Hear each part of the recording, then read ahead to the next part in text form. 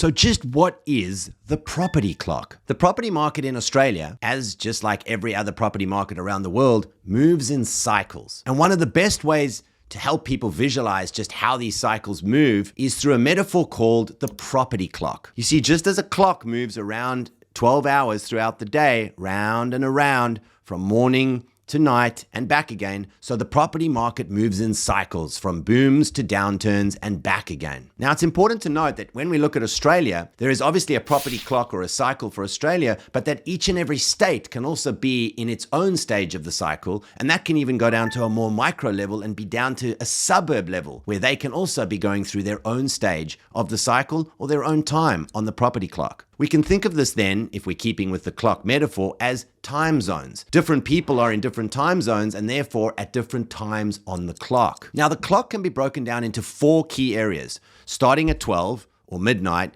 you first have a downturn. At about 3 o'clock, we move into a stabilization. At 6 o'clock, we move into the upturn. And from 9 p.m., we move into boom time, baby, and then round and round and round. Each stage of the cycle is normally represented by about a 2 to 3 year period. But I must add, this is entirely dependent on the state of the economy, the levels of supply and demand in the housing market, and the housing market itself in each and every area of state or micro location. So where are we now on Australia's property clock? Well, to understand where we are, let's just look back at the last 2 years and what has been. In 2020 and 2021, Australia moved into the boom phase. Some called it a once-in-a-generation boom, and one of the fastest growing markets Australia has ever seen. Now, this boom during the global pandemic was driven by a number of factors, which include very, very low emergency rate, low levels of interest rates, 2, pent-up buyer demand, which led to 3, FOMO, or the fear of missing out, and of course 4,